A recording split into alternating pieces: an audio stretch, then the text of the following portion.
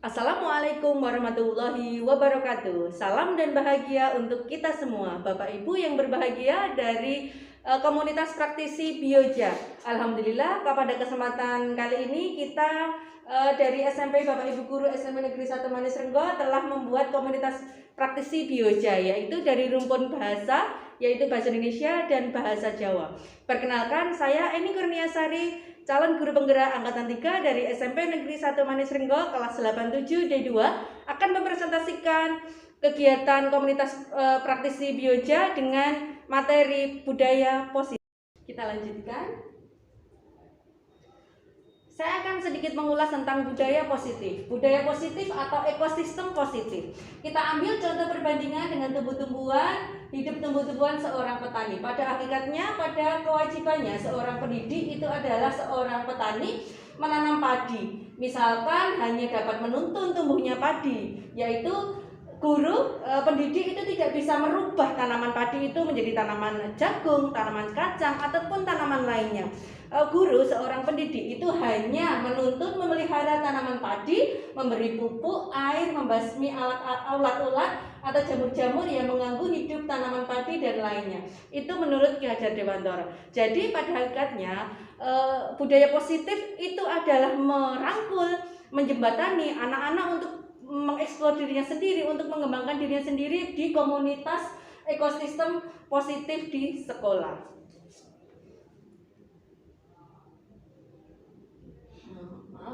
Eksplorasi konsepnya, yaitu dalam budaya positif ada yang pertama perubahan paradigma stimulus respon awal teori konsep, yang kedua arti disiplin, dan tiga motivasi perilaku manusia, kemudian keyakinan kelas, hukuman dan penghargaan, yang keempat kebutuhan dasar manusia, posisi kontrol, kemudian ketiga restitusi. Perubahan paradigma teori kontrol, ilusi kontrol itu ilusi kontrol, guru mengontrol murid. Ilusinya bahwa kritik dan membuat orang merasa bersalah dapat menguatkan karakter. Itu ilusi kontrol pertama kali kita. Kemudian ilusi bahwa semua pengetahuan penguatan itu positif, efektif, dan bermanfaat. Itu memaksa orang dewasa memiliki hak untuk membuat seperti itu. Itu pertama kali. Perubahan paradigma stimulus respon itu bisa seperti ini. Dari stimulus respon kita menjadi teori kontrol. Yang pertama, kita mencoba mengubah agar berpandangan orang itu berpandangan sama seperti kita. Ternyata itu salah, itu tidak tepat ya Bapak Ibu ya. Yang tepat yaitu kita harus berusaha memahami pandangan orang lain tentang dunia. Berbeda itu tidak apa-apa, berbeda itu tidak salah.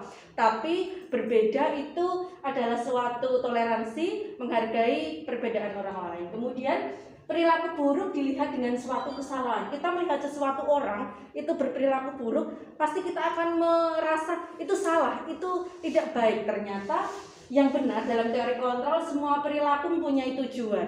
Seperti contohnya anak-anak melakukan kegaduhan di kelas, kita harus melihat tujuan dia seperti apa. Apakah ada nanti kebutuhan anak, ada yang pengen diperhatikan, pengen kasih sayang, pengen anak itu diteliti pekerjaannya sama kita. Mungkin kan ada siswa yang biasanya sudah selesai mengerjakan ya Bapak Ibu, selesai mengerjakan, kemudian tetapi dia tidak diperhatikan oleh kita, dia diabaikan oleh kita, murid itu. Nah, itu tugas kita. Jadi tidak harus orang berperilaku buruk itu kesalahan, itu adalah suatu kesalahan. Kita harus melihat tujuan anak itu seperti apa. Kemudian orang lain bisa mengontrol saya. Teori kontrolnya hanya Anda yang bisa mengontrol diri Anda sendiri. Ini adalah hidup saya, hidup adalah kita. Kita bisa menentukan arah dan tujuan hidup kita. Kemudian saya bisa mengontrol pemaksaan ada pada saat bujukan gagal. Nah, ini pada kolaborasi dan konsensus menciptakan pilihan-pilihan baru terjadi pada teori kontrolnya. Kemudian model berpikir menang atau kalah, tidak ada yang menang atau kalah. Kamu menang, kamu kalah, seperti itu. Itu akan merasa menjadi sombong dan sebagainya diri kita sendiri. Yang ada pada teori kontrol yaitu model berpikir menang dan menang. Lebih akan menghargai orang lain. Kemudian teori motivasi perilaku manusia. Itu yang pertama untuk menghindari ketidaknyamanan hukuman. Apa yang akan terjadi apabila saya tidak melakukannya? Kita harus mulai berpikir seperti itu. Itu motivasi eksternal. eksternal untuk mendapatkan imbalan dari orang lain atau institusi. Apa yang akan saya dapatkan apabila melakukan ini, kemudian untuk menghargai diri sini menjadi insan seperti harapan kita, saya akan jadi orang yang seperti apa bila saya melakukannya. Jadi motivasi sendiri, lebih ke diri sendiri, jangan berharap pada orang lain. Kalau saya bekerja seperti ini harus akan mendapat seperti apa. Jadi kita harus menanamkan pada jiwa anak, itu budaya positif kita sebagai guru. Tidak hanya monoton anak belajar mengerjakan tugas dapat nilai, itu model lama. Berarti kalau sekarang teori motivasi perilaku manusia pada pembelajaran, anak itu belajar dengan sungguh-sungguh, kamu akan paham. Nah, bonusnya nanti dapatnya lain, yaitu adalah penghargaan dari kita, dapat nilai bagus. Jadi tidak berpikirnya nanti kalau saya tidak melakukannya, tidak mengerjakannya, saya bagaimana? Kalau saya mengerjakan dapat nilai bagaimana? Seperti itu. Kita lanjutkan Bapak Ibu. Nah, menurut Ki Hajar Dewantara, merdeka itu artinya tidak hanya terlepas dari perintah, akan tetapi juga cakap buat memerintah diri sendiri. Nah, Ki Hajar Dewantara itu masuk dari pemikiran, konsepsi, keteladanan sikap merdeka. Jadi anak-anak kita posisikan, dan Bapak Ibu guru juga di sini kita mulai tidak terlepas dari perintah. Jadi kalau bisa kita ikhlas dari diri kita sendiri, kita melakukan karena kita mau dan kita mampu. Contohnya kita belajar, kita mengajar, itu bukan sebagai perintah. Kita sebagai guru itu adalah kewajiban kita. Itu adalah bukan perintah, tapi ini adalah kebutuhan kita sebagai kita abdi negara. Kemudian kita ikhlas untuk beribadah, itu akan terasa lebih nyaman dan aman gitu. Jadi gini Bapak Ibu, intinya kita itu sekarang dalam pendidikan itu tidak boleh ada hukuman. Dulu Rian, saya masih ingat dulu saat SD, kalau tidak bisa guru saya itu bawa sini penggaris sama kapur, tangannya sampai depan sini semua gitu. Kalau salah tutup. Terus sampai saya ingat sekali itu saya lupa mengerjakan PR sampai diginikan, oh bodoh kayak gitu. Itu kalau dulu. Nah ternyata sekarang sesuai dengan filosofi Ki Hajar Dewantara, itu kita tidak boleh menghukum siswa, tapi kita disuruh menyadarkan anak-anak kita dengan restitusi tadi, dengan budaya positif, agar anak tahu sendiri Bapak Ibu, tahu sendiri nek kowe iki salah sendi lho Nduk, terus kira-kira cara memperbaikinya bagaimana, besok kedepannya kira-kira kamu akan mengulanginya atau tidak, seperti itu. Jadi kayak Bapak Ibu di rumah dulu kalau kecil, teman-teman, mbak-mbak ini kalau kita eleng-eleng dulu, kalau sama orang tua sama guru, nek disengeni terus kinten-kinten pripun, bosen ya, males ya, lu disengeni terus gitu. Kayak sama saya, sama orang tua, sama guru, kayak Pak Guru aku nesoni terus. Tapi kalau alon-alon, pelan-pelan ngasih taunya kan insya Allah dengan budaya positif, dengan kata-kata yang baik menyadarkan kita, insya Allah kita juga, oh iya saya juga akan sadar, saya tidak akan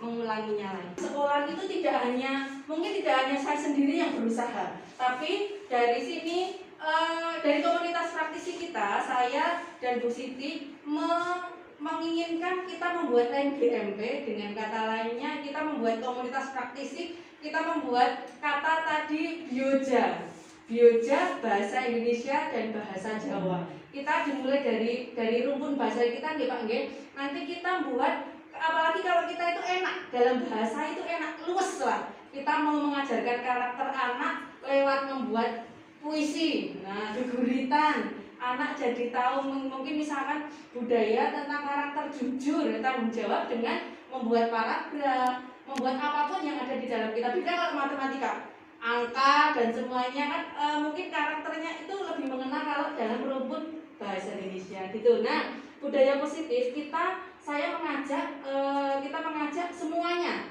Kita dimulai dari rumpun bahasa, dari komunitas kita, dari lingkungan positif, dari pertama kali peraturan kelas itu diganti menjadi keyakinan kelas. Tadi jadi besok Bu Yayu, Pak Dwi, Pak Sigit itu bisa, Bu Siti, Bu Yanti, itu besok kita mungkin bisa dapat peraturan kelas gini Pak.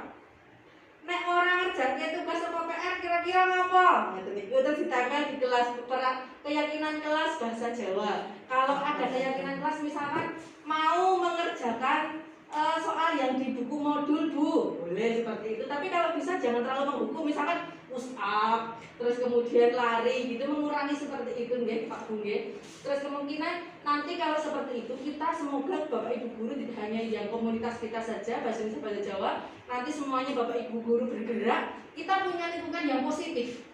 Tapi sepengetahuan saya dari SMP 1 Manisenggo itu sudah positif. Tapi kadang saya sendiri pun masih suka kelepasan, kadang suka teriak topi gitu, saking saya jengkelnya. Ayo rambut gitu, padahal itu salah. Seharusnya kok rambutmu kayak ini, peraturan sekolah kita seperti ini, keyakinannya bagaimana gitu. Iya, jadi kayak mungkin besok ini Bapak Ibu guru yang ganteng, yang cantik besok akan jadi ke orang guru. Ini PPL di sini semoga menjadi kawah condro di muka pelajaran kalian untuk menjadi lebih baik. Ternyata kalau sesama siswa itu tidak boleh seperti itu, pakai hati gitu.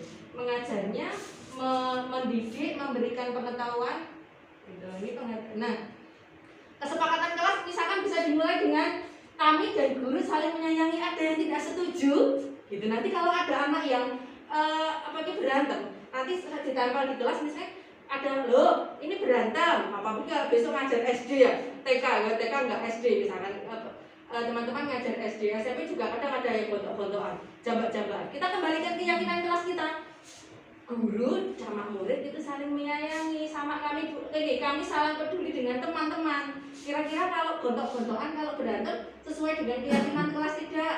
Nah, kita kembalikan diskusi bareng-bareng biar mereka juga mikir, oh ternyata yang saya lakukan ini salah, besok lagi tidak boleh dilakukan. Ngoten.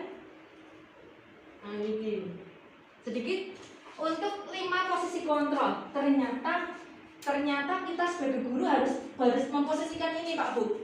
Yang pertama menghukum. Menghukum itu kita termasuk yang mana kira-kira? Ayo, pernah rasa adoh-adoh kalau misalkan sama orang lain kita seperti apa? Tidak dengan murid, misalkan kemarin di kelas Mbak Mas di kelas, Bapak Ibu coba di kelas, menghukum itu dengan menghardik. Kamu tidak melakukan awas sasaran, rapotong awas, saya suka seperti itu. Berarti saya belum baik ternyata ya. Besok nih saya ngambut topi munah, awas no. Wah, saya ternyata saya belum bisa menjadi guru yang baik. Nah, kalau membuat orang merasa bersalah, itu juga nanti kaitannya dampaknya dia malah minder. Kalau ternyata kalau membuat orang bersalah, sesok meneh molak no, itu kan berarti itu membuat siswa merasa bersalah. Kalau teman merasa menjadi teman, kita membuatkan alasan-alasan untuk murid, ayo lakukan demi ibu, masa kamu tidak pernah bantu gitu, dia akan lemah, tidak mandiri ternyata. Wah, berarti saya sadar. Kalau pemantau itu menghitung dan mengukur apa peraturannya, menyesuaikan diri. Ini biasanya mereka ketergantungan. Kenapa? Karena menitik beratkan pada hadiah, pada nilai untuk kita. Kadang-kadang saya juga segini, ayo, siapa saya artikan, siapa yang bertanya? Kalau bertanya nanti saya kasih nilai. Wah, ternyata salah seperti itu Bapak Ibu. Ternyata kalau kayak gitu malah jadi hadiah loh. Kalau mereka tidak bertanya, tidak dapat nilai. Karena ketergantungan, mesti mereka akan merasa kecewa.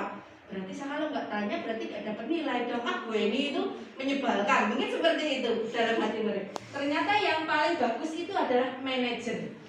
Identitas berhasil atau sukses kontrol diri itu jadi memposisikan saya dan siswa apa yang diyakini, menguatkan pribadi, kemudian positif dunia, bagaimana cara yang bisa diperbaiki. Jadi intinya disadar kamu salah apa tuh Mbak Mas, terus kemudian solusinya bagaimana, terus sebaiknya besok seperti apa. Itulah yang dinamakan yang posisi kontrol manager. Jadi besok kalau jadi guru, kita sebagai guru yang paling baik ini adalah yang sebagai manager, gitu ya.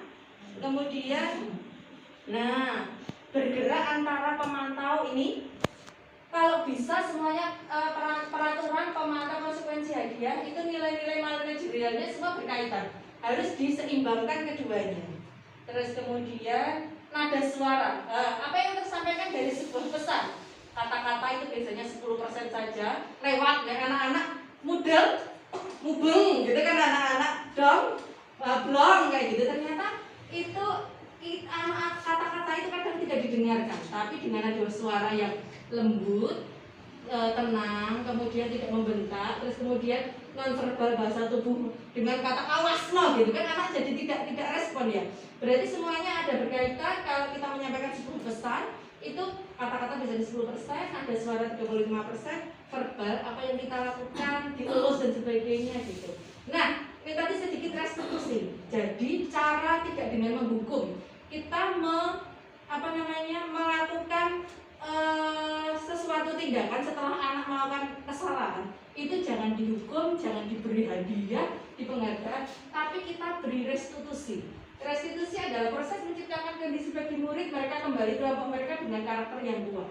Jadi jangan mereka itu dibuat sedih, susah. Nah, mereka diberikan kesalahanmu apa sebenarnya, kemudian hubungannya itu kira-kira piye, tawaran, dikasih tawaran, kira-kira kalau salah tidak mengerjakan PR bisa bagaimana, dikasih tawaran, dikasih solusi piye kalau kamu melakukannya lagi, kemudian menuntut dari dirinya sendiri saja, jadi kamu sakitan dok, kayak gitu. Terus kemudian mencari kebutuhan dasar, kira-kira kamu tidak mengerjakan tugas itu kira-kira apa, ditanya. Jangan kita menjudge, oh lah bodoh, oh lah beler, oh lah males, seperti itu. Mungkin ada kalanya ada di rumah ada masalah, atau dia ada kepentingan keluarga jadi tidak mengerjakan tugas PR. Terus kemudian restitusi diri, cara yang paling baik kembali ke dirinya masing-masing. Restitusi fokus karakter, jadi kita kalau bisa penguatan karakternya. Sekarang intinya itu Merdeka Belajar karakter, fokus pada solusi tadi, mengembalikan murid berbuat salah. Nah, ini yang dinamakan ketiga restitusi. Seperti yang dikatakan Bu Siti Fatanah tadi, yang pertama kali setiap orang pasti melakukan menstabilkan identitas. Dibuat kalau dia itu jangan merasa bersalah sekali, dikandani tenanan kamu itu memang membuat kesalahan, tapi besok lagi jangan membuat kesalahan lagi. Semua orang bisa membuat kesalahan, jadi biar dia enggak down, jangan dimarahi. Terus kemudian kamu punya solusinya, validasi tindakan, solusinya mengapa, kemudian caranya yang efektif, kira-kira dia ditanya. Jangan kita yang berikan solusinya, tapi biar dia memberikan solusinya kira-kira bagaimana. Terus tanyakan keyakinan. Nah, nilai-nilai kita sepakati apa kira-kira? Kayak gini, berarti kamu salah toh? Iya, berarti kita harus perbaiki. Kamu ingin menjadi seorang seperti apa? Mungkin dengan saya pengen jadi tentara bu. Nah, jadi tentara berarti dari sinau kudu sergap kayak gitu. Terus kemudian untuk membuat anak yang merasa gagal karena berbuat salah menjadi positif, itu biasanya guru berkata berbuat salah itu hal manusiawi. Nah, tidak ada manusia sempurna, setiap orang bisa salah. Kalau kamu nyangka dirimu sendiri kan nanti restitusi itu biar mereka sadar, tapi disadarkan ya ojo mari terus nyalahke tenan. Kita memotivasi anak-anak. Terus kemudian juga dilakukan dengan tindakannya, validasi tindakan tadi. Nah, kita harus tanya anak-anak kita, sakjane kowe melakukan kesalahan kita nopo? Ditekoni. Mungkin bisa jadi karena saya pernah lihat enggak? Anak kayak main kelas 8F, kalau kalian lihat Ilham itu rame banget, iya kan? Iya. Itu sebenarnya dia itu ini dalam posisi ini. Cari cinta kasih, masa memiliki dimiliki, iya kan? Kalau dia belum dijawab kan pengen ngomong terus, nggih mboten Bapak Ibu. Ternyata iya, setelah dilihat Bapak Ibu coba lihat, jangan menjudge anak ini rewel, anak ini ngayal, kok yang ngomong enggak. Ternyata dia itu hanya pengen diakui, merasakan memiliki, dimiliki kalau Bu Eni itu perhatian sama saya. Tapi jangan terus berlebihan, misalkan iya silakan Nak Ilham gitu. Oke ya, Ilham berhenti dulu ya, bertanyanya ya teman yang lain juga bertanya, seperti itu. Nah, terus kemudian ono sik kelas kaya puput misalkan, neng kelas itu kaya penguasa, kaya atau pengennya konco pengen melu kabeh. Nah, kita juga harus tahu ternyata anak itu memiliki sesuatu yang mereka inginkan, yaitu kebutuhan dasarnya. Kita harus lebih tahu, jangan terus anak-anak kita kowe kaiki koyo ngono kuwi. Nah, sama anak-anak, mungkin nanti bisa Bapak Ibu juga mempraktekkan ya. Tidak harus ditempel pakai tulisan, nanti kalau anak-anak sudah nulis, nanti silakan pakai kertas dan PS, nanti ada salah satu sekretaris menyalin ditempel di salah satu pojokan kelas, itu juga bisa. Ini kesepakatan kelasnya, kalau tidak mengerjakan PR kamu bagaimana gitu. Kalau kamu datang terlambat, kira-kira mau diapakan gitu, mau seperti apa konsekuensinya. Terus kemudian ini, nah anak-anak menempelkannya sendiri-sendiri. Anak-anak menempelkannya di situ. Berarti kalau kamu yakin apa yang kamu tulis, silakan ditempel. Mereka alhamdulillah sangat antusias menulisnya, keyakinan kelasnya. kemudian ini restitusi. Kemarin ada siswa yang kasusnya terlambat dan tidak mengerjakan PR, dan kita langsung memarahi. Tapi kita coba bertanya, Priska, kalau di kelas ngomong terus ya, dia juga pengennya itu cari perhatian, pengen kasih sayang. Kalau kita tanggapi baik-baik, dia bisa. Ternyata kalau dikasih tahu, dia takut ternyata. Oh, berarti cuma cari perhatian, bukan ingin penguasaan di kelas. Kemudian sudah itu. Ini saya ada video penerapan budaya positif dengan menerapkan apa yang kita peroleh CGP selama belajar di modul 1 sehingga anak merasa aman dan nyaman saat pembelajaran. Bisa sebagai gambaran Bapak Ibu di komunitas praktisi ini agar paling tidak sedikit meniru atau sedikit belajar dari pengalaman saya, yang baik diambil, yang jelek bisa ditinggalkan.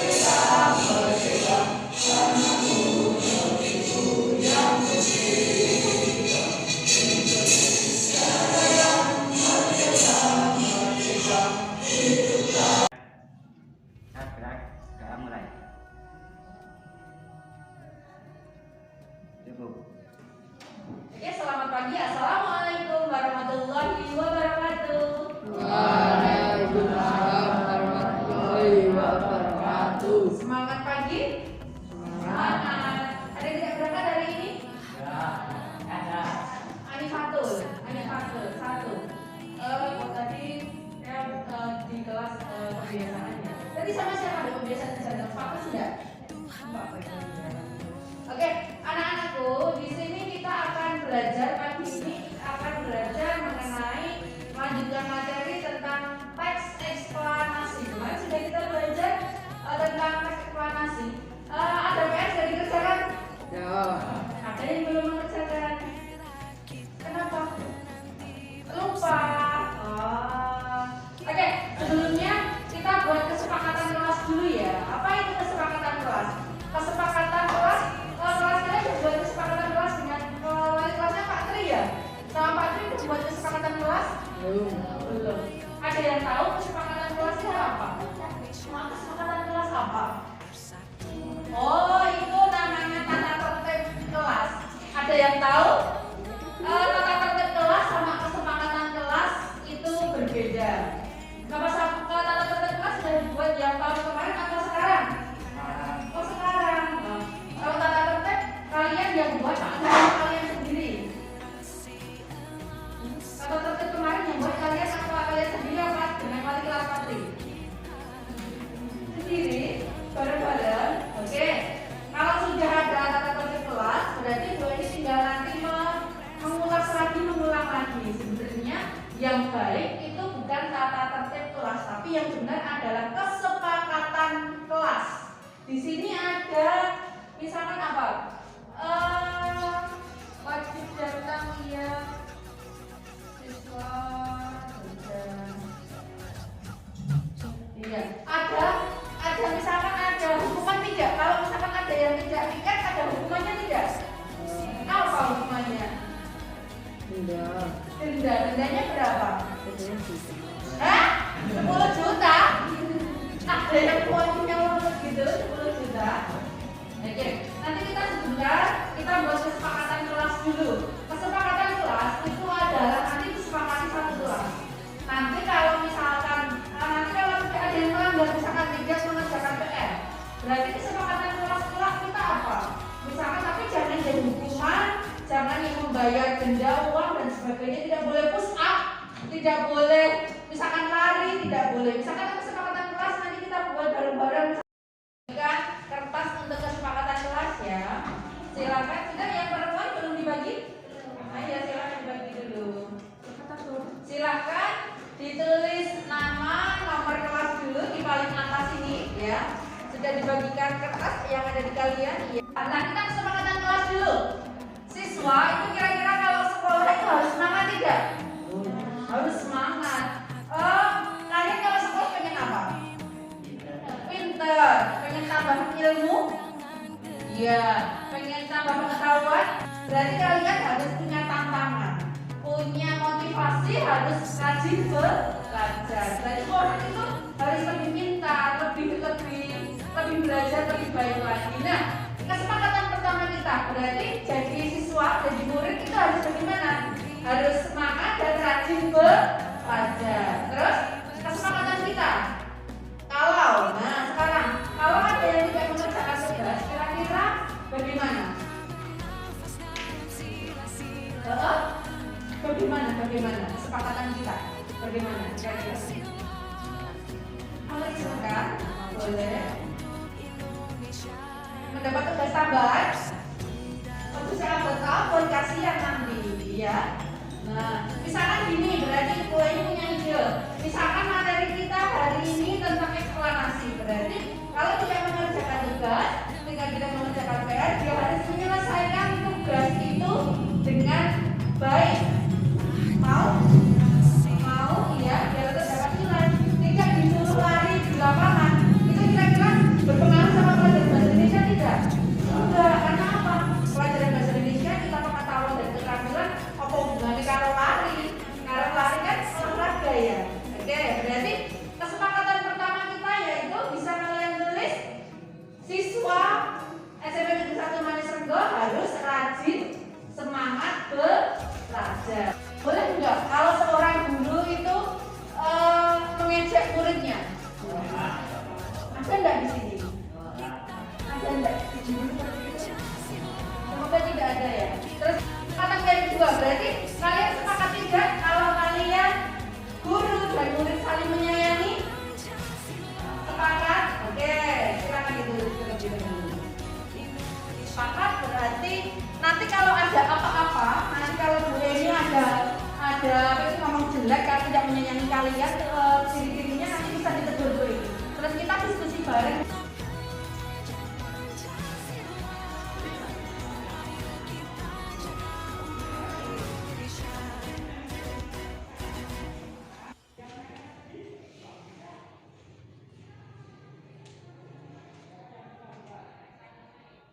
Kalau di kelas siswa itu boleh gontok-gontokan, boleh berantem tidak?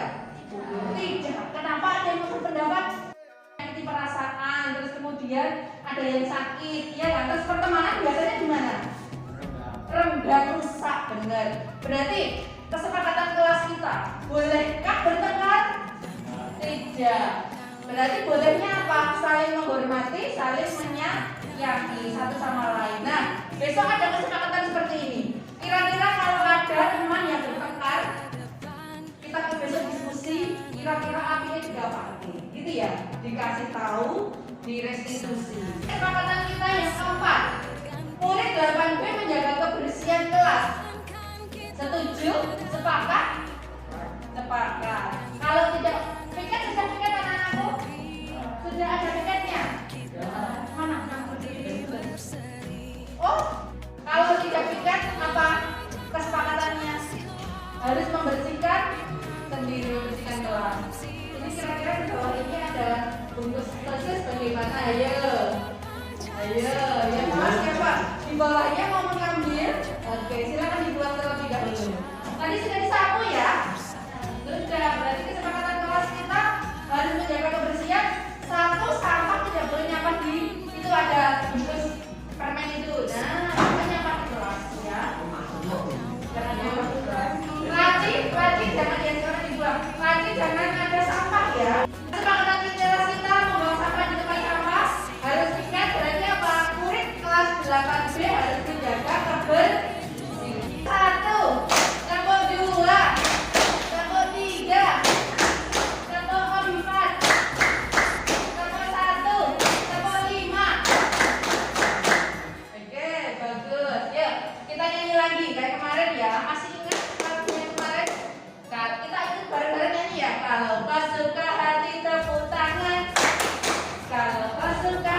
tepuk tangan.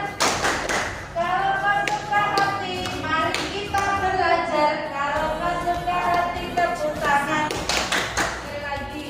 Kalau kau suka hati, tepuk tangan. Kalau kau suka hati, tepuk tangan. Kalau kau suka hati, mari kita belajar. Kalau kau suka hati, tepuk tangan. Oke, semangat belajar semuanya ya. Kalau Bu Eni bilang semangat belajar, kalian bilang semangat, semangat, semangat. 3 kali, oke? Semangat belajar. Semangat, semangat, semangat. Oke, harus semangat belajar. Pokoknya tidak hanya dalam pelajaran bahasa Indonesia, tapi semua pelajaran. Oke? Selanjutnya silakan.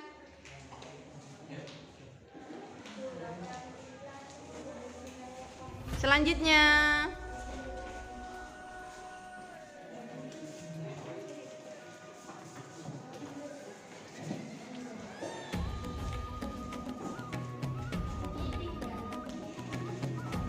Silakan yang tahu angkat tangan. Kalau ada yang angkat tangan menyebutkan tapi belum sempurna menjawab, teman yang lain boleh menjawab lagi. Apa itu teks eksplanasi? Oke, silakan Dok. Siapa namanya Dok? Absen? Nah, oke, apa itu eksplanasi Dok Nida?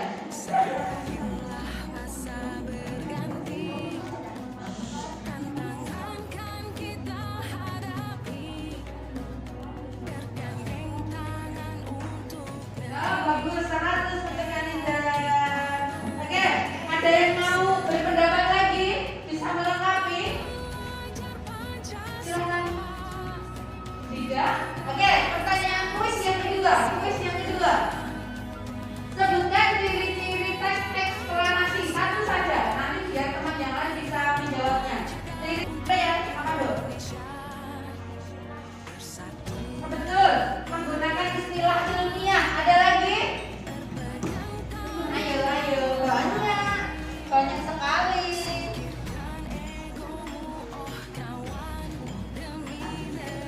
Menggunakan kalimat apa? Kasih. Iya, kalian apa? Orang mocok. Menggunakan kasih. Ya, lagi. Ayo, ada yang mau nilai? Oh, yang lain. Nanti kalau letak ada tuh. Apa dulu? Kata kerja apa? Mental. Oke, aksen kita dulu. Aksen 3 Amira. Oke, nggak sempurna 90 ya. Lanjutnya. Satu lagi. Teks berita itu 5W1H, beritanya terbaru. Kalau teks eksplanasi itu tadi biasanya ada peristiwa, kemudian peristiwa fenomena alam, sosial, ekonomi dan sebagainya ya Kak ya. Besok kita di sekolah menulis tentang teks eksplanasi. Begitu anak-anakku? Oke? Kalau nanti tugasnya saya dibunuh lagi biar tidak lupa. Sekian dari Bu Eni, terima kasih. Wassalamualaikum warahmatullahi wabarakatuh. Habis ini pelajaran apa? Olahraga. Boleh silakan dikumpulkan. Terus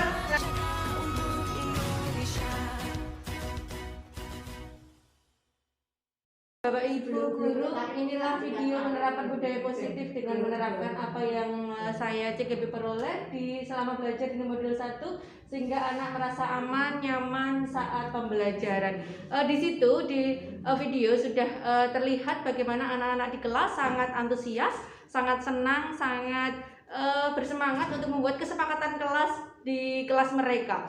Jadi semoga kedepannya untuk kesepakatan kelas ini bisa mereka laksanakan di pembelajaran selanjutnya untuk apabila nanti ada apapun bisa direstitusi untuk kesepakatan bersama-sama. Kemudian akan saya sampaikan ini ada cuplikan sedikit video beberapa menit yaitu tentang proses restitusi. Ini ada seorang siswa bernama Priska kelas 8B. Dia seorang siswa yang sering terlambat sekolah. Tidak sekali ataupun 2 kali terlambat sekolah, tapi sering sekali untuk terlambat sekolah. Kemudian dalam pembelajaran juga, khusus pembelajaran saya bahasa Indonesia, ternyata untuk tugas-tugas di sekolahan itu tidak tuntas ataupun tidak selesai dikerjakan atau bahkan tidak dikerjakan. Untuk PR juga, untuk Priska ini jarang sekali mengerjakan. Nah, dari kasus itu saya membuat restitusi kelas, yaitu restitusi untuk bersama Priska tadi, bagaimana penanganan terhadap anak, terhadap murid, apa yang perlu saya lakukan bisa dilihat bersama-sama Bapak Ibu untuk kita pelajari bagaimana restitusi yang baik itu apabila ada kasus terhadap anak. Selamat menyaksikan.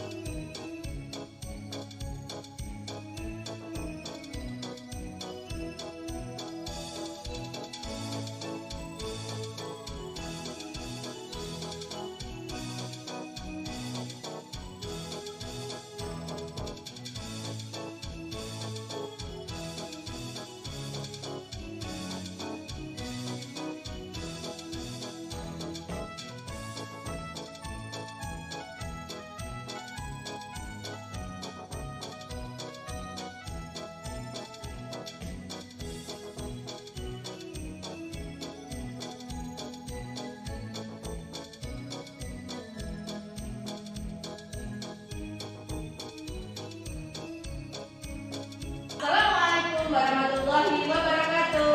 Waalaikumsalam warahmatullahi wabarakatuh. Selamat pagi anak-anakku. Pagi. Semangat ya. Oh ya, sebelumnya Bu Eni akan cek dulu ada yang tidak berangkat hari ini. Ada Priska 1 ya. Mana belum berangkat? Belum. Sekarang buku PR-nya dikeluarkan ya anak-anakku. Iya. Oh, Priska, kenapa ini sudah terlambat 15 menit? Kenapa baru berangkat? Kenapa, Nak? Oke, ya sekarang silakan duduk.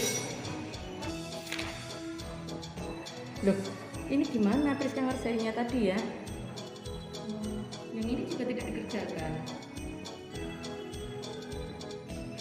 Oke, terima kasih. Nah, tahu Bu Eni suruh ke sini dipanggil Bu Eni tahu? Karena saya ada terlambat Iya, tahu nggak? Ini kenapa PR kamu tidak dikerjakan? Kalau kamu tulis itu saku, tidak bisa tuh. Iya ya. Menurut kamu apakah perbuatan kamu itu sudah benar? Nak? sudah saya salah sih. Iya. Berarti kamu tahu kalau kamu salah ya Nak ya? Iya. Sebenarnya berbuat salah itu tidak apa-apa Nak. Tapi kan tidak ada namanya juga yang orang sempurna. Tapi tetap harus berusaha menjadi lebih baik ya Nak ya. Oke. Kamu tahu nggak, Mbak Priska, pasti punya alasan mengapa kamu tadi datang terlambat, kemudian kamu tidak mengerjakan PR kamu. Kenapa Nak? Alasan saya datang terlambat dan tidak melakukan PR karena saya malas sekolah. Karena kamu malas sekolah? Oh iya. Terus kemudian kamu, kita kan sudah membuat kesepakatan kelas ya. Nah, nilai apa yang sudah kita kesepakati kira-kira? Yuk, masih ingat kan? Kita datang tepat waktu dan kita mengerjakan semua tugas dan PR sesuai dengan kesepakatan kelas. Iya, bagus. Itu kamu tahu ya. Nah, kamu tahu nggak? Kamu itu meyakini kesepakatan kelas kita. Iya, kamu yakini nggak? Saya bisa meyakini kesepakatan kelas. Iya, kalau kamu yakin berarti kamu tahu ya kalau kita itu punya kesepakatan kelas. Nah, jika kamu meyakininya, apakah kamu berusaha memperbaikinya? Bisa akan sedia dengan Iya, bagus. Saya tunggu ya. Pokoknya berusaha tetap memperbaiki menjadi siswa yang bagus ya. Nah, kalau kamu memperbaikinya berarti apa yang akan kamu tunjukkan Silakan tentang bagaimana kamu, tentang apa kamu nak kira-kira? Saya akan memperbaiki kelas saya menjadi murid yang lebih baik. Iya, bagus. Nah, tapi harus semangat, jadi nilainya harus lebih bagus lagi ya nak ya, besok ya, lebih rajin ya. Nah, rencana kamu besok kalau ke depannya, kamu memperbaikinya bagaimana kira-kira? Saya akan datang ke sekolah lebih awal dan saya akan rajin mengerjakan tugas dan PR dari di sini. Iya, tidak hanya buku saja ya, tapi semua mapel kamu harus rajin belajar biar kamu dapat nilai bagus. Itu ya nak, ya tetap semangat ya. Oke, terima kasih.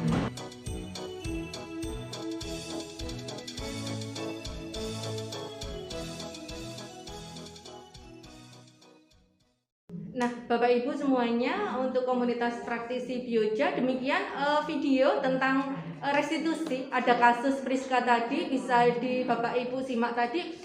Itu adalah contoh untuk penerapan budaya positif di sekolah kita. Tanpa ada hukuman, tanpa ada paksaan, anak kita melakukan restitusi. Anak dipahamkan kalau kesalahannya itu apa, kemudian dia harus bersikap bagaimana, kita kembalikan lagi kepada kelompoknya agar dia aktif mau belajar lagi. Di sini saya akan memberikan kasus, yaitu bagaimana sebuah kasus dan bagaimana kita penyelesaiannya. Kasus pertama, guru matematika dan wali kelas 8 Ibu Santi sakit sehingga tidak dapat masuk dan mengajar. Akhirnya dicarikan guru pengganti, yaitu Bu Eni. Bu Eni baru 2 tahun menjadi guru SMP. Beberapa murid perempuan seperti Vivi dan Natali mengetahui hal ini dan mulai menggunakan kesempatan dan bersikap seenaknya, tertawa dan tidak mengindahkan kehadiran Bu Eni. Bu Eni mencoba mendekati kedua murid perempuan tersebut dan menegur mereka dengan halus. Namun, ketiganya tetap berlaku tidak pantas. Mereka tetap tidak mengerjakan tugas dan malah mengobrol. Keesokan harinya, Bu Santi memanggil Vivi dan Natali serta menanyakan tentang laporan Bu Eni ini. Ibu Santi menanyakan apakah mereka bersedia melakukan restitusi. Vivi dan Natali sempat berdebat sedikit, namun pada akhirnya mengatakan akan meminta maaf. Bu Santi menanggapi bahwa tindakan itu boleh saja dilakukan kalau mereka ingin melakukannya dan menanyakan kembali apa yang mereka bisa lakukan dengan restitusi. Baik Vivi maupun Natali mengakui bahwa perilaku mereka tidak sesuai dengan keyakinan kelas. Keduanya mengusulkan bagaimana kalau mereka mengadakan sebuah diskusi kelas dengan teman-teman sekelasnya tentang bagaimana seharusnya sikap mereka dalam menjalani keyakinan kelas, terutama tentang sikap menghormati serta mengusulkan mengirim email kepada Bu Eni tentang keputusan mereka tersebut. Mereka pun memberitahu Bu Eni bahwa mereka akan mengusulkan kepada kepala sekolah agar kali waktu ketiadaan guru, agar Ibu Eni menggantikan. Pada kesempatan itu mereka akan menunjukkan sikap yang lebih santun. Ini contoh kasusnya Bapak Ibu. Nah, untuk pertanyaan kasus yang pertama, dalam penerapan restitusi kasus di atas, sikap-sikap restitusi apa saja yang sudah dijalankan oleh Bu Santi, dan apakah restitusi yang diusulkan Vivi, Natali sudah sesuai dengan kesalahan yang telah dibuat, dengan bagaimana dengan solusi yang diusulkan keduanya, langkah-langkah restitusi apa saja yang sudah dilakukan. Dalam kasus di atas, posisi apakah yang telah diambil oleh Bu Eni dalam menangani Vivi dan Natali? Jelaskan jawabannya. Menurut saya, jawaban kasus 1 dalam penerapan restitusi kasus di atas, sikap-sikap restitusi apa saja yang sudah dijalankan Bu Santi. Yang pertama adalah restitusi memperbaiki hubungan, restitusi tentang memperbaiki hubungan dan memperkuatnya. Restitusi ini untuk proses refleksi dan pemulihan, jujur pada diri sendiri, mereka sendiri, dan mengevaluasi dampak dari tindakan mereka pada orang lain. Hal itu bisa dilakukan untuk menebus kesalahan mereka pada Bu Eni yang menjadi korban. Restitusi tawaran bukan paksaan karena Ibu Santi menanyakan apakah mereka bersedia melakukan restitusi. Kemudian untuk jawaban kasus 2, apakah restitusi yang diusulkan Vivi dan Natali sudah sesuai dengan keyakinan telah dibuat? Bagaimana dengan solusi yang diusulkan keduanya? Langkah-langkah restitusi apa saja yang sudah diusulkan? Sudah sesuai. Langkah restitusi yang dilakukan mereka berdua tanpa paksaan, jujur pada diri sendiri, mengakui perilaku tidak sesuai keyakinan kelas, refleksi, pemulihan, solusi, menebus kesalahan pada Bu Eni. Begitu. Dalam kasus di atas, posisi apakah yang telah diambil oleh Bu Eni dalam menangani Vivi dan Natali? Jelaskan jawaban Anda. Posisi yang diambil oleh Bu Eni dalam menangani Vivi dan Natali yaitu sebagai monitor atau pemantau. Bu ini mengawasi bertanggung jawab atas perilaku murid dalam kelas tersebut. Posisi pemantau berdasarkan pada peraturan-peraturan dan konsekuensi. Nah, demikian Bapak Ibu. Terima kasih Bapak Ibu masih tetap memperhatikan. Di sini kita lanjutkan yaitu untuk kasus kedua. Saya akan menyampaikan beberapa kasus, 4 kasus, yaitu untuk pembelajaran kita. Apabila besok Bapak Ibu menemui kasus seperti ini kepada murid, terhadap murid bagaimana cara melakukannya. Mungkin masih ada beberapa yang tanya tadi bingung restitusi. Restitusi itu nanti bagaimana penyelesaian untuk kasus berikut, beberapa kasus. Nah, untuk kasus kedua, yaitu contohnya Sabrina hari itu bangun terlambat dan terburu-buru sampai di sekolah. Dia pun akhirnya sampai di gerbang sekolah, tapi baru menyadari kalau tidak menggunakan sepatu hitam seperti tertera di peraturan sekolah. Di depan pintu kelas, Pak Lukman memperhatikan sepatu Sabrina yang berwarna putih. Sabrina berusaha menjelaskan bahwa dia terburu-buru dan salah mengenakan sepatu. Pak Lukman menanyakan pada Sabrina, apa peraturan sekolah tentang seragam dan warna sepatu? Sabrina menjawab sudah mengetahui sepatu harus berwarna hitam. Namun karena terburu-buru dan salah menggunakan sepatu, selain tidak mungkin kembali pulang ke rumah karena rumahnya jauh sekali. Pak Lukman ternyata tetap bersikeras pada peraturan yang berlaku dan mengatakan, ya sudah, kamu melanggar peraturan sekolah, kamu salah, sudah terlambat, salah pula warna sepatunya. Segera buka sepatumu kalau tidak bisa mengenakan warna sepatu sesuai peraturan. Sabrina meminta maaf dan memohon kembali kepada Pak Lukman agar dapat tetap mengenakan sepatunya dan berjanji tidak akan mengulang kesalahannya. Namun Pak Lukman tidak mau tahu. Tidak, kamu tetap melanggar peraturan sekolah. Kalau tidak sanggup ambil sepatu di rumah atau diantarkan sepatu ke sekolah, ya sudah, kamu tidak usah bersepatu saja seharian di sekolah. Sekarang cepat sepatumu dan silahkan belajar tanpa sepatu seharian. Sabrina pun dengan berat hati mencopot sepatunya dan memberikannya kepada Pak Lukman. Seharian, Sabrina tidak berani berkeliling sekolah karena malu dan lebih banyak berdiam diri di kelas tanpa alas sepatu. Nah, seperti ini Bapak Ibu. Mungkin di sekolah kita juga pernah terjadi seperti ini ya. Anak salah mengenakan sepatu atau karena sengaja. Nah, pertanyaannya, kebutuhan dasar apa yang dibutuhkan oleh Sabrina? Nilai keyakinan atau kebajikan sekolah apa yang ditujukan dengan bersepatu warna hitam? Bila Pak Lukman mengambil posisi seorang manajer, kira-kira apa yang akan dikatakan dan bagaimana sikapnya serta apa yang akan ditawarkan ke Sabrina? Jawaban kasus 2, kebutuhan dasar apa yang dibutuhkan Sabrina. Jadi anak itu seharusnya kita tanya dulu, kita tahu kebutuhan dasarnya apa. Dia itu melakukan seperti itu, dia salah itu karena apa? Alasannya apa? Di sini kebutuhan dasar Sabrina yaitu cinta dan kasih sayang, kebutuhan untuk diterima. Sabrina tadi sudah mengaku kesalahannya Bapak Ibu ya. Kesalahannya mestinya sama Pak Lukman seharusnya dimaklumi karena tidak disengaja. Kemudian dengan sepatunya dicopot membuatnya malu sehingga tidak berani berkeliling sekolah atau jalan-jalan keluar kelasnya. Kemudian nilai kebajikan atau keyakinan sekolah apa yang dituju dengan bersepatu warna merah. Nah, kira-kira sekolah kita SMP Negeri 1 Manisengko Bapak Ibu kira-kira memberikan kebijakan kalau harus siswa sepatunya berwarna hitam, kira-kira apa Bapak Ibu?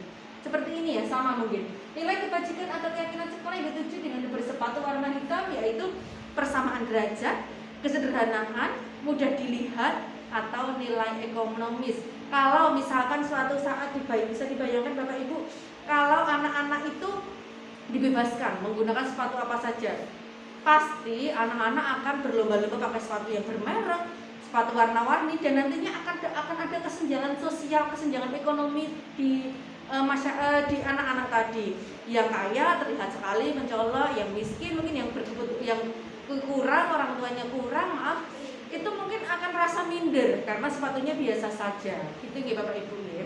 Terus kemudian untuk jawaban kasus selanjutnya, bila Bapak Lukman mengambil posisi seorang manajer, kira-kira apa yang akan dikatakan dan bagaimana sikap serta apa yang ditawarkan kepada Sabrina.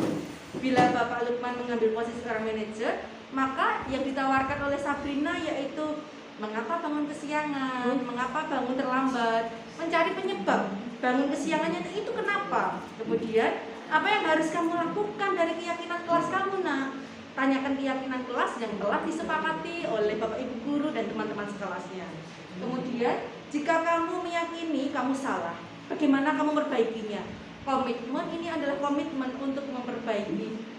Seperti itu Bapak Ibu untuk kasus yang kedua. Oke, sebelumnya jelas ya Pak Ibu. Jadi kita kalau ada masalah anak-anak jangan langsung berpikiran negatif thinking dulu.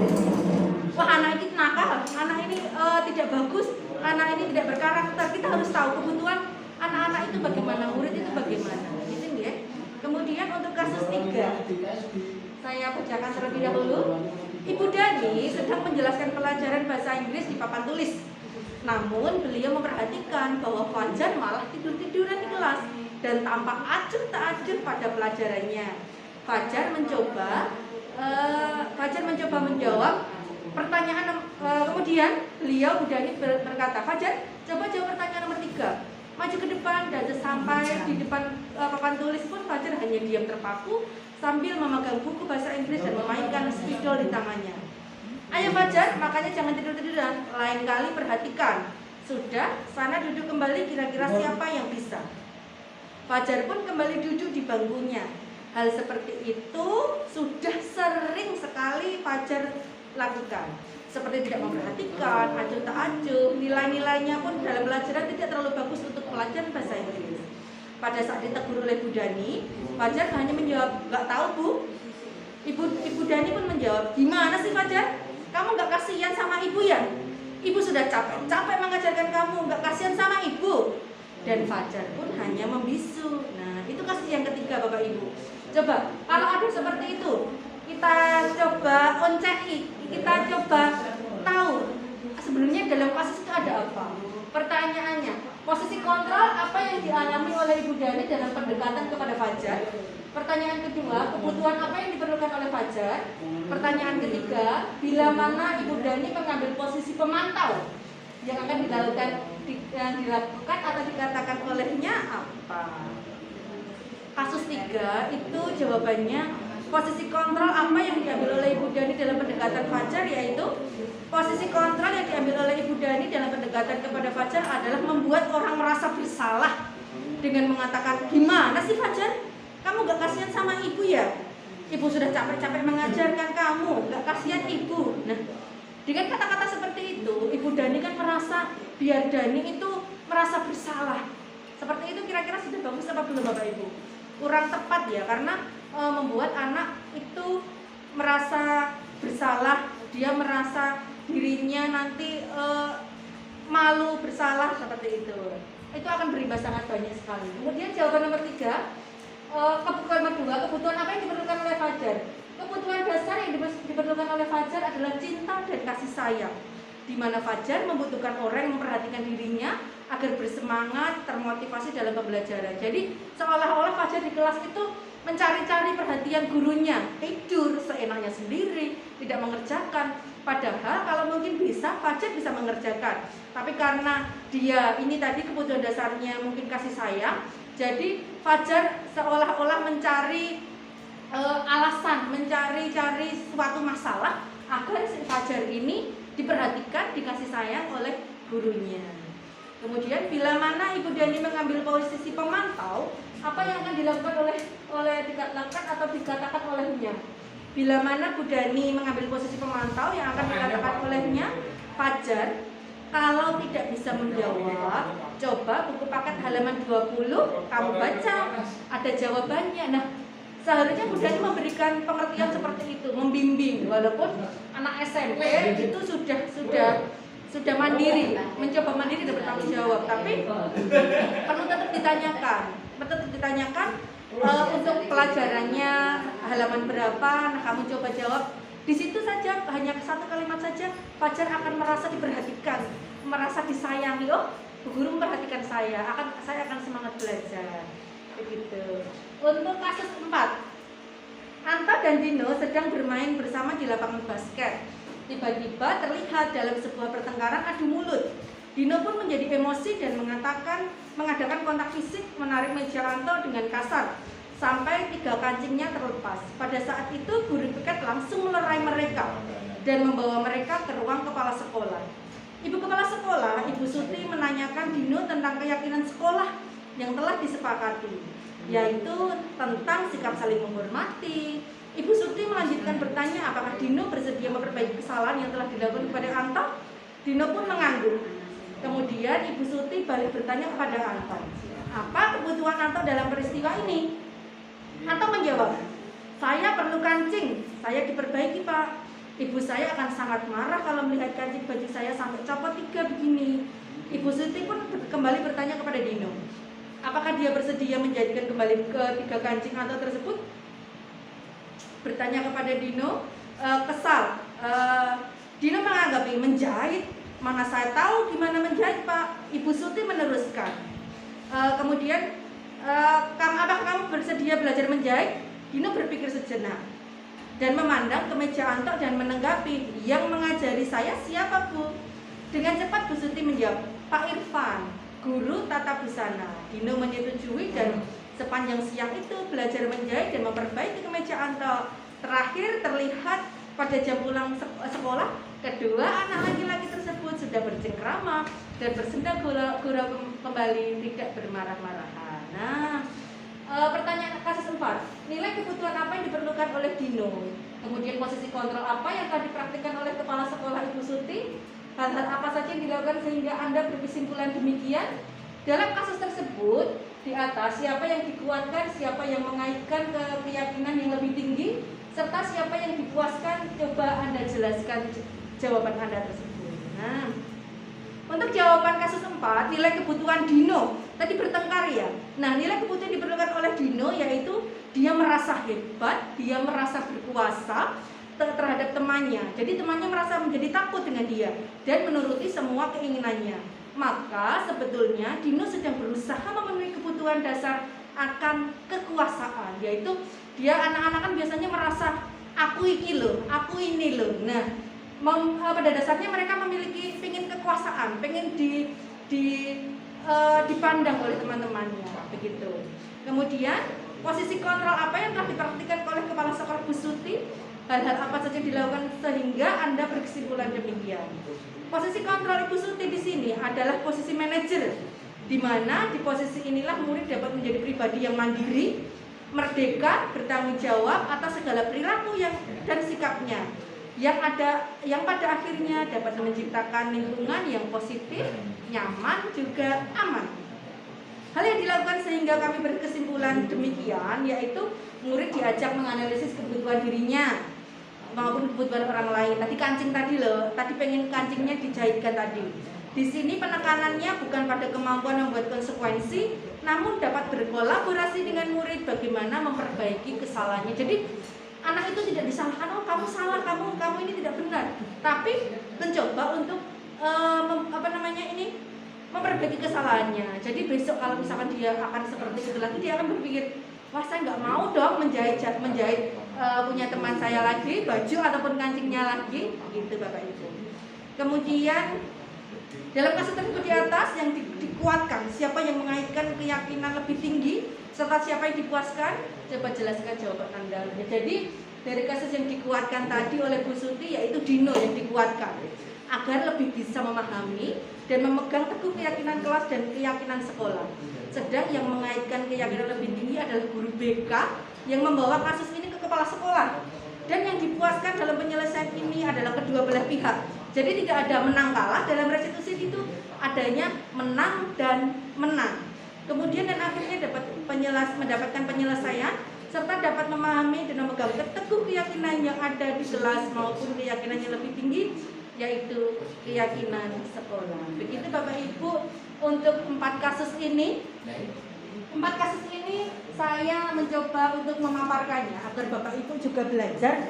Apabila ada kasus seperti ini, kira-kira Bapak Ibu bagaimana cara menyelesaikan dengan anak. Jadi tidak marah-marah, tidak langsung menghukum anak gitu. Begitu Bapak Ibu, sampai sini dulu untuk pemaparan kasus-kasus untuk dan penyelesaiannya. Bapak Ibu untuk beberapa kasus, 4 kasus yang telah saya paparkan. Sampai sini ada pertanyaan terlebih dahulu.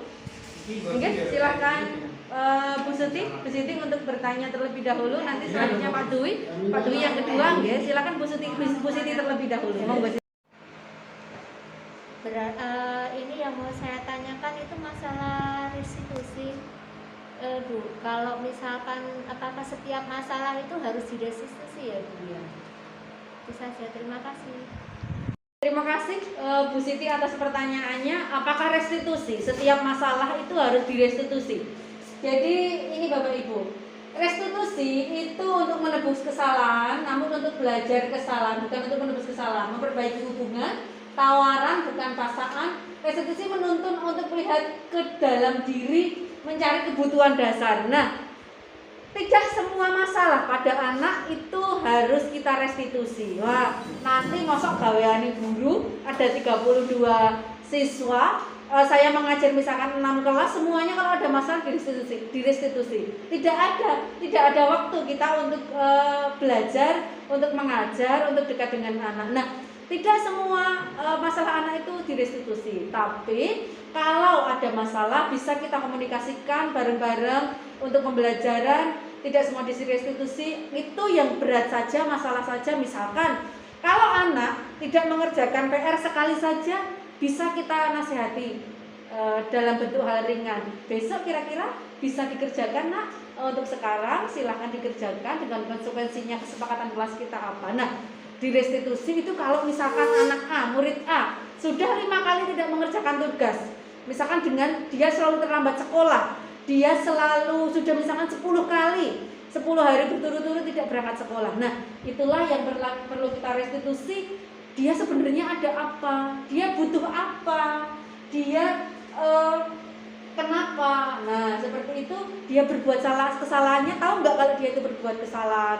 Dia harus diyakini kalau dia itu berbuat kesalahan, berarti dia harus memperbaiki kesalahan itu menjadi pribadi yang lebih baik lagi, bukan sebagai paksaan, bukan sebagai hukuman, tapi dari dirinya sendiri untuk sebagai tadi, bukan paksaan tapi tawaran untuk menjadi pribadi yang lebih baik lagi. Begitu Bu Siti, ada yang masih bisa diperbaiki lagi atau ada tanggapan lain dari Bapak Ibu dan Bu Siti? Oke. Ya, selanjutnya yaitu pertanyaan kedua dari Pak Dwi. Untuk Pak Dwi silakan bertanya terlebih dahulu. Monggo silakan.